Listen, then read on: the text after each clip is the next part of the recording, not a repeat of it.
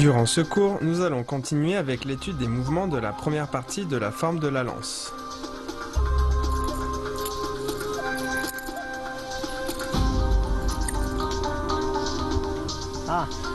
Puis on relève la main gauche en paume au-dessus de la tête.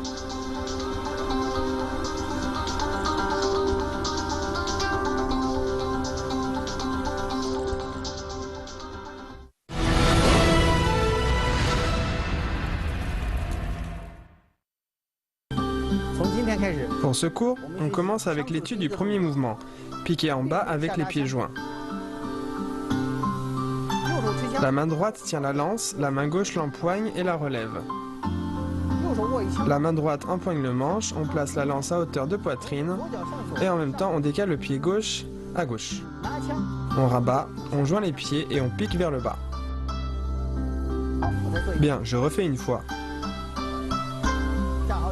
Bien positionné, la main droite empoigne le manche, la lance est couchée devant la poitrine. En même temps, on tourne le corps à gauche. On avance. On rabat.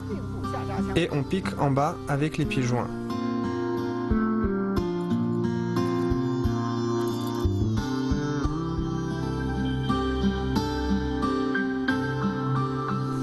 Piquer en bas avec les pieds joints. D'abord, on se tient debout bien droit et la main droite tient la lance. La main gauche vient empoigner la lance et la relève.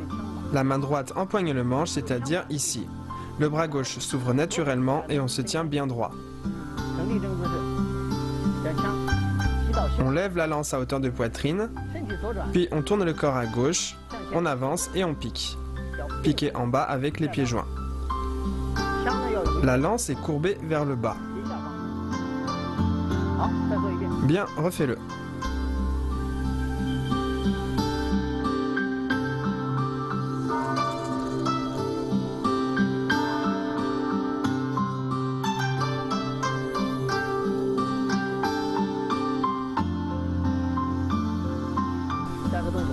Le prochain mouvement s'appelle relever la paume en parasant. La jambe gauche recule, en même temps on ramène le poids du corps sur elle pour descendre en parasant.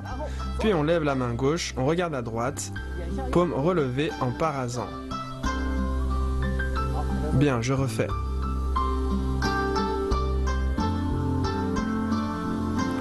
On recule.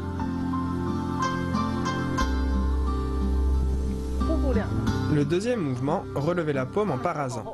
À partir du mouvement précédent, on lève le pied gauche et on le pose derrière. On passe le poids du corps sur la jambe gauche, on plie le genou et on descend en parasant. Puis on relève la main gauche en paume au-dessus de la tête. La lance reste immobile devant. C'est la paume relevée en parasant. Bien, on refait une fois.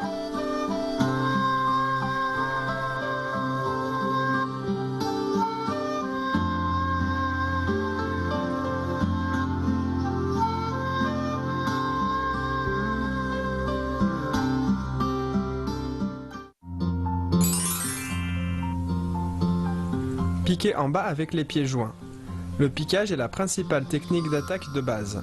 Le piquage en haut vise au-dessus des épaules, le piquage en bas vise au-dessous des genoux et le piquage médial se fait à l'horizontale. Les forces d'amener de la lance et de rotation de la taille se font ensemble afin de transmettre la force jusqu'à la pointe.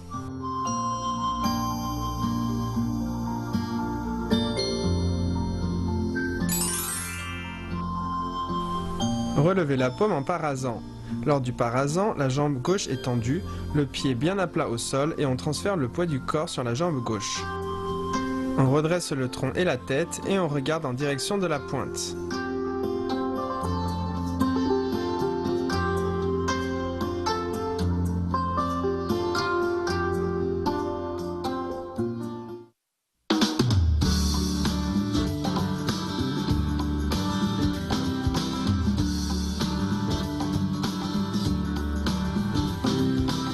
Les compétitions de Wushu ont des critères précis pour la taille et le diamètre de la lance.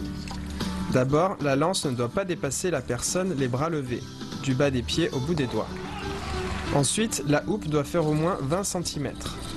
Enfin, le diamètre doit au moins faire 2,3 cm pour les hommes et 2,15 cm pour les femmes. La lance est une arme représentative du wushu traditionnel. C'est une catégorie importante des compétitions de wushu. La catégorie épée et lance de la compétition de wushu de Pékin, organisée lors des JO 2008 de Pékin, a fait forte impression au grand public.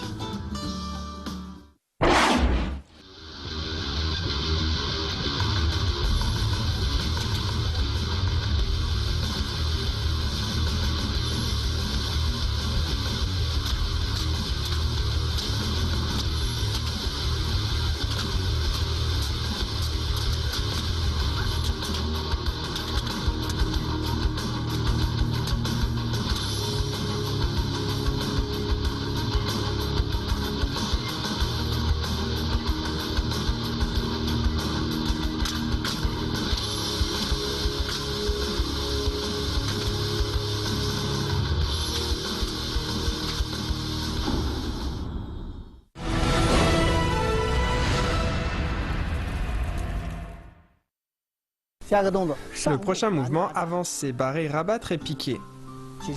On se relève, on relève la lance, main gauche devant, puis on avance le pied gauche pour aller en position du cavalier. On barre, rabat et pique. Barrer, rabattre et piquer. Barrer, rabattre et piquer. Barrer, rabattre et piquer. Avancer, barrer, rabattre et piquer. On se relève, on tourne le corps à droite, on empoigne la lance, on avance et on pique devant. Puis on fait barrer, rabattre et piquer. On refait une fois, barrer, rabattre et piquer.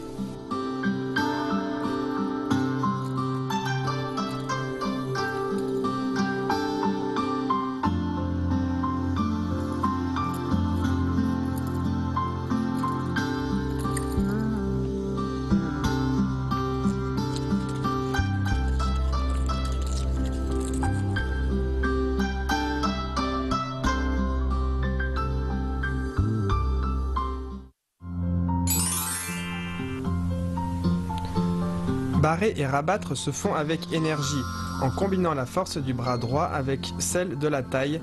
On ne doit pas décrire une courbe trop grande, soit un diamètre de 20 cm environ. Lors du piquage, la lance doit être horizontale et droite, la main droite touchant la main gauche. Barrer, rabattre et piquer est une des combinaisons de base en lance et sa pratique est importante.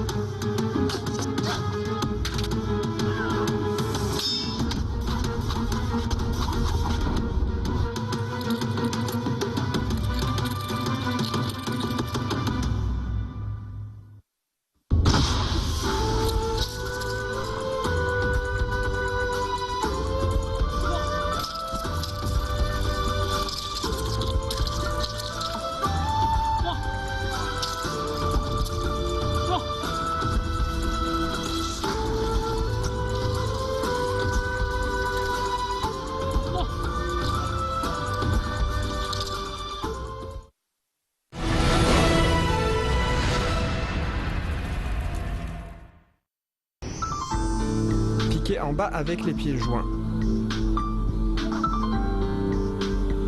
Relevez la paume en parasant.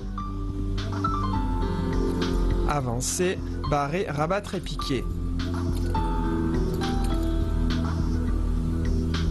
Faisons l'enchaînement des mouvements de secours.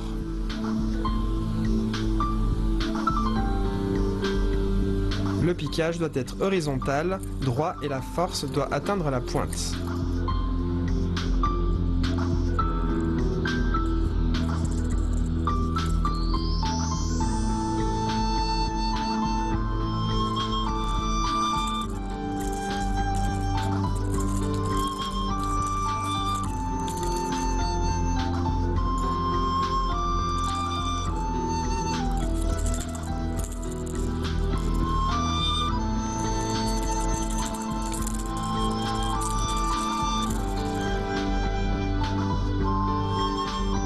Monsieur Huang nous montre à présent les deux premières parties de la forme.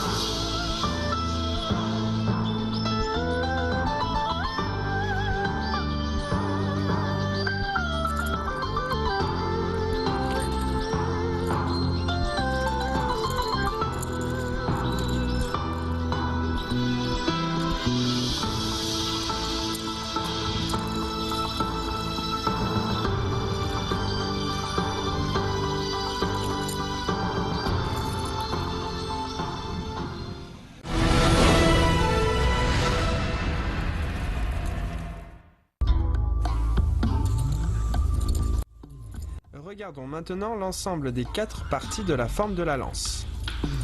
Lors du prochain cours, nous continuerons avec la première partie de la forme.